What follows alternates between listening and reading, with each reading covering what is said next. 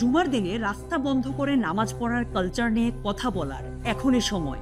Studio বাংলার দাঁড়ালে দুয়ারে মোর গানের ভোকালিস্ট নন্দিতা আজ সামাজিক যোগাযোগ মাধ্যমে এ কথা বলেন। ব্যাপারটা খুবই স্পষ্ট যে একদল লোক সবসময় এটাই কথা বলেন মানুষের আলোচনায় আসার জন্য। সুতরাং এ ধরনের কথাগুলো আমাদের খুব বেশি পাত্তা দেওয়া উচিত না। তারপরও আজ এ প্রসঙ্গে কিছু কথা বলছি।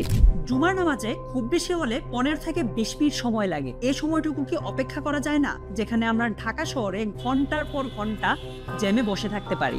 আবার আপনার কি মনে হয় যে মানুষজন খুব শখ করে রোদের মাঝে দাঁড়িয়ে থেকে নামাজ পড়তে আসে, নাকি জায়গা সংকুলন না হওয়ার কারণে বাধ্য হয়ে নামাজ পড়তে রাস্তায় দাঁড়ায়? তারপরও এই সময়টাতে যদি আপনার খুব বেশি ইমার্জেন্সি কাজ থাকে, এই সময় যদি আপনাকে বের হতেই হয়, তাহলে ডেফিনেটলি আপনি অল্টারনেটিভ রাস্তা ব্যবহার করতে পারেন। আপনি নিশ্চয়ই এটা জানেন যে বাংলাদেশ একটা ডেন্সলি পপুলেটেড কান্ট্রি, যেখানে জায়গার তুলনায় মানুষের সংখ্যা অনেক বেশি।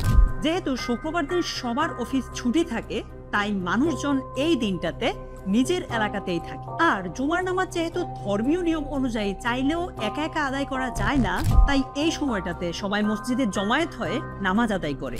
এই বিষয়টা খুবই সিম্পল। সর্বোপরি আমরা অনেকেই সাম্যের কথা বলি, টলারেন্সের কথা বলি।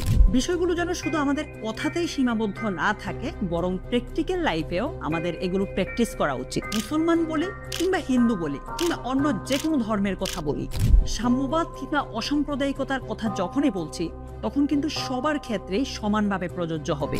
একটা কথা খুব ভালোভাবে মনে রাখবেন যে অসাম্প্রদায়িকতা ঠিক তখনই কায়েম হবে যখন আমরা সিলেক্টিভ হওয়া বন্ধ করব।